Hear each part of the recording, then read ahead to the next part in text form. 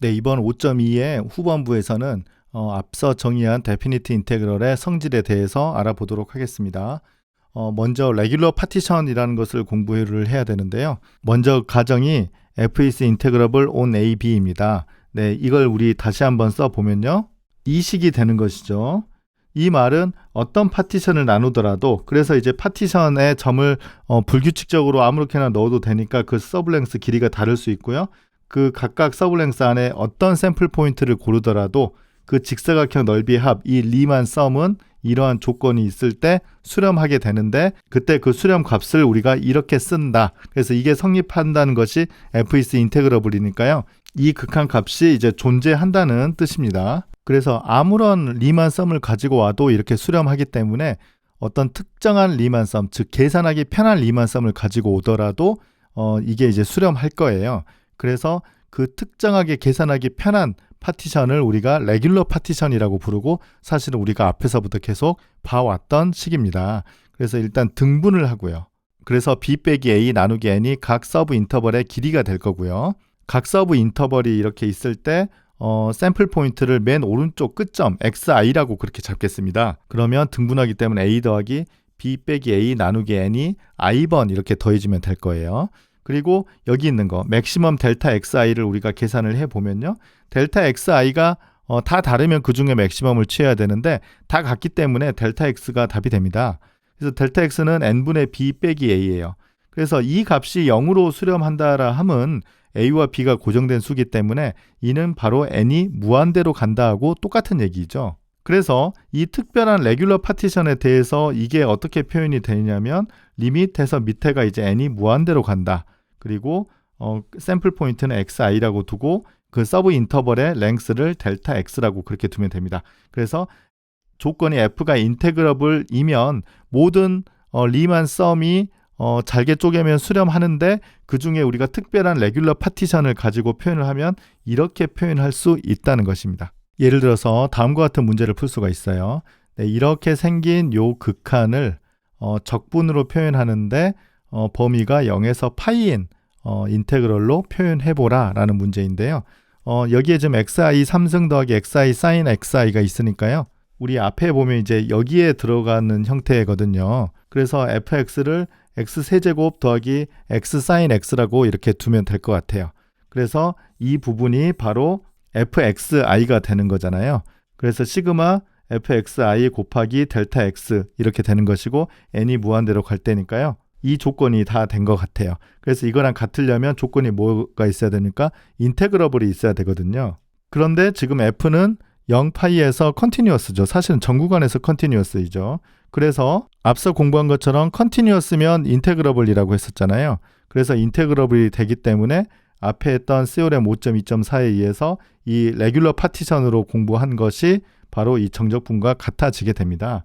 그래서 0부터 파이까지 fx dx와 같다라는 것을 이 사실을 이용을 해서 설명할 수 있겠습니다. 물론 이 계산을 할 수는 있는데요. 일단 여기는 이렇게 적분으로 표현하는 것이 우리 목표가 되겠습니다. 네, 이번에는 net area라는 개념을 공부하도록 하겠습니다. 우리가 지금까지는 이 fx가 x축 위에 있는 경우만 했었거든요. 즉 fx의 부호가 0보다 크거나 같을 때만 했죠.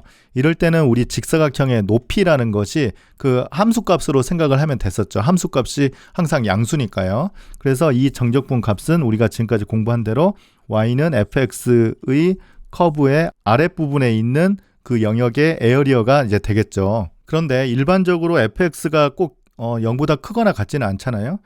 지금 요 보는 그래프처럼 fx의 그래프가 이렇게 해서 밑으로 내려왔다가 이렇게 올라가는 경우, 이렇게 x축의 아랫부분에 있는 경우를 생각을 해보도록 하겠습니다.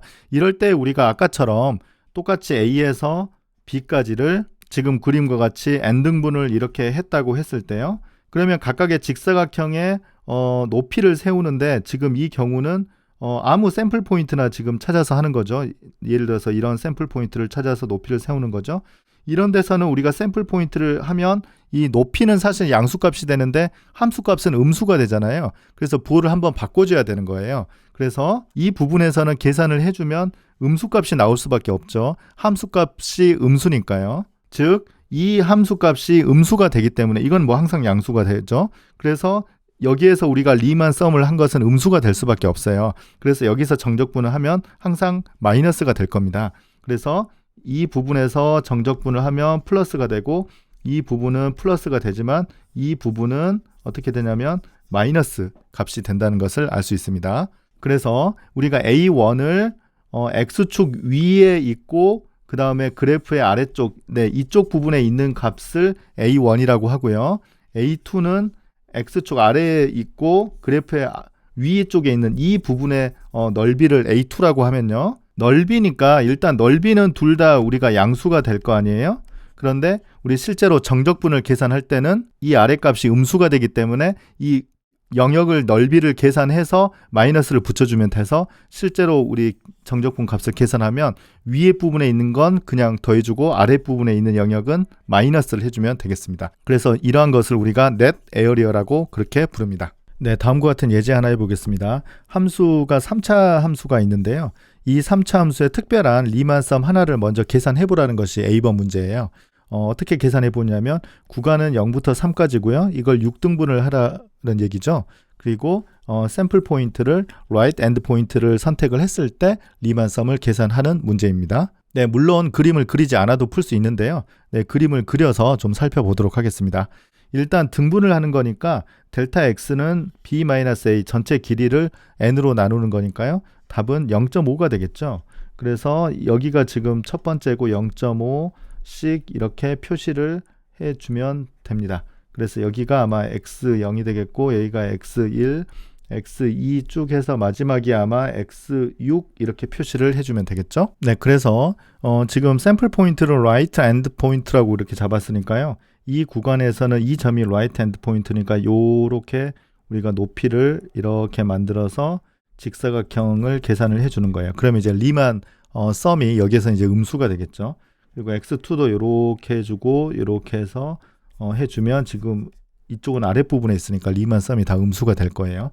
그런데 이제 이 세로 길이가 x1의 함수값을 우리가 대입을 하는 거니까요.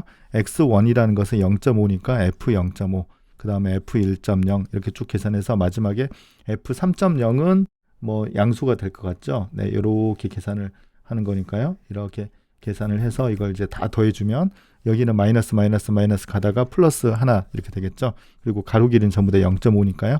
근데 이건 손으로 계산하기는 좀 힘들겠네요. 어쨌든 계산하면 이 값이 되겠습니다. 네, 두 번째 B번 문제는 이 정적분의 값을 구하라는 건데요.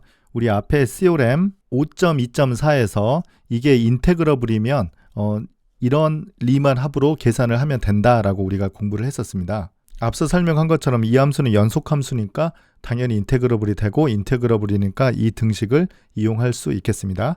그래서 이런 리만 합을 먼저 계산을 하는 것이죠. 오른쪽 그 값으로 오른쪽 항으로 샘플 포인트를 선택을 하고요. 등분을 했기 때문에 등분하면 그 등분한 그 직사각형의 가로 길이는 전부 다 n분의 3이 되겠습니다. 그리고 3을 n으로 나눈 다음에 i번째니까요. n분의 3i라고 쓰면 되겠죠. 그래서 여기에 f n분의 3i 이렇게 쓰고 n분의 3을 이렇게 쓰면 될 것 같죠. 그래서 fx가 이거니까요. n분의 3i의 세제곱 마이너스 6 곱하기 n분의 3i 하고 n분의 3을 이 앞으로 쓰겠습니다. 이건 i하고 상관없는 숫자니까요. 그래서 이걸 전개를 해보면 첫 번째는 n 여기 세제곱이 있고 n이 있으니까 n 4제곱하고 3의 3승에 3이 있으니까 81하고 여기에 i 세제곱이니까 i 세제곱 하면 될 것 같습니다. 두 번째는 n이 여기 있고 n이 있으니까 n 제곱하고 여기 3하고 6 곱하고 3을 한 번 더 곱하니까요. 여기가 54. 네, 그렇게 되는 거죠. 그리고 지금 여기에는 i가 하나만 있죠. 여기는 i가 하나만 있습니다. 그래서 이 부분의 값과 이 부분의 값이 필요한데요. 세제곱 같은 경우는 이제 이렇게 된다는 것을 아마 다 배웠을 겁니다. 2분의 n 더하기 1의 전체 제곱. 그냥 i는 2분의 n 더하기 1. 그래서 이렇게 대입을 해보면요. 극한을 우리가 계산하기 위해서 여기는 n 4제곱이고 지금 여기 n제곱이니까 합쳐서 n 4제곱이 될 것 같아요. 그래서 여기는 최고차항이 4분의 81. 그리고 여기는 제곱이니까 최고차항이 27 그렇게 되는 거죠. 네, 그래서 n이 무한대로 갈 때는 앞에 극한은 4분의 81, 뒤에 극한은 27이 돼서요. 답은 마이너스 4분의 27, 즉 마이너스 6.75가 정확하게 이 정적분 값이 되겠습니다.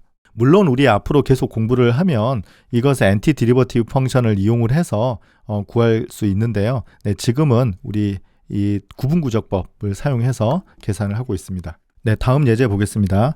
다음은 직접 그 적분을 계산하라는 게 아니고요. 이 에어리어를 이용을 해서 이 정적분 값을 계산해 보라는 거예요. 앞서 했던 거하고는 반대죠. 앞서서는 정적분 값을 계산해서 에어리어를 계산하는 건데요. 이번에는 에어리어로부터 이 정적분 값을 계산하라는 얘기입니다.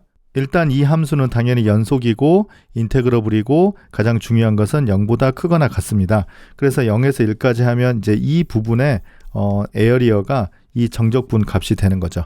그런데 우리가 요 에어리어는 우리가 알고 있잖아요. 그래서 어떻게 되는 거냐면 원의 넓이 반지름 파이 1 제곱에다가 4분의 1이 되는 거죠. 그래서 이 정적분의 값은 4분의 파이가 되겠습니다. 물론 우리 나중에 이 값은 정적분의 계산법에 의해서 4분의 파이로 계산할 수 있습니다. 그리고 x-1을 0부터 3까지 적분하는 거니까요. x-1은 지금 요 파란 선이거든요. 그럼 0부터 3까지니까 여기에서 적분하는 거하고 여기서 적분하는 거를 더하는데요. 우리 앞에 net area 할 때 이제 공부를 했었잖아요. 그래서 양수와 음수를 우리가 구분해서 계산을 하면 됩니다. 여긴 지금 1, 1이니까요. 지금 우리가 여기를 A1이라고 하고 여기를 A2라고 하겠습니다. 그러면 마이너스 A1 더하기 A2가 되겠죠. A1이 이제 음수니까요. 그래서 여기는 지금 넓이가 2분의 1이고요. 여기는 지금 2니까 넓이가 2가 되겠습니다. 그래서 이 값은 마이너스 2분의 1에 더하기 2를 해주면요. 이 정적분의 값은 2분의 3이 되겠습니다. 물론 나중에 우리 이걸 정적분 계산법으로 계산해서 2분의 3이 되는 것은 확인할 수 있습니다. 네, 미드포인트 룰 설명하겠습니다. 네, 별건 아니고요. 우리가 샘플 포인트를 아무 데서나 선택을 해도 된다고 했었잖아요. 그래서 이렇게 인터벌이 있을 때 아무 데서나 선택해도 되는데 이제 특별하게 이 가운데 점을 이런 식으로 이제 선택을 해서 리만 썸을 계산하는 것을 미드포인트 룰이라고 그냥 그렇게 부릅니다. 이건 이제 n이 무한대로 갈 때 이 값으로 가니까요. 우리가 n이 충분히 커지면 이 값이 비슷하다 이제 그런 뜻입니다. 그래서 x분의 1이라는 것을 1에서 2까지 정적분을 하는데요. 원래는 뭐 오른쪽 점, 왼쪽 점 아무 점이나 이제 구해도 되는데 n은 5일 때 이렇게 계산을 해보자는 뜻입니다. n이 5라고 하면 1에서 2까지 이렇게 나눠질 거 아니에요?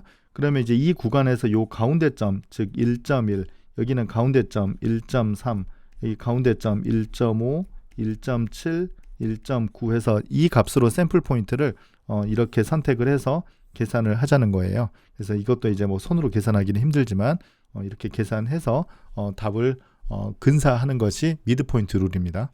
네, 그래서 5.2의 두 번째 내용에서는 net area 그리고 여러 가지 리만 썸을 이용을 해서 정적분 값을 계산하는 방법에 대해서 공부했습니다. 네, 감사합니다.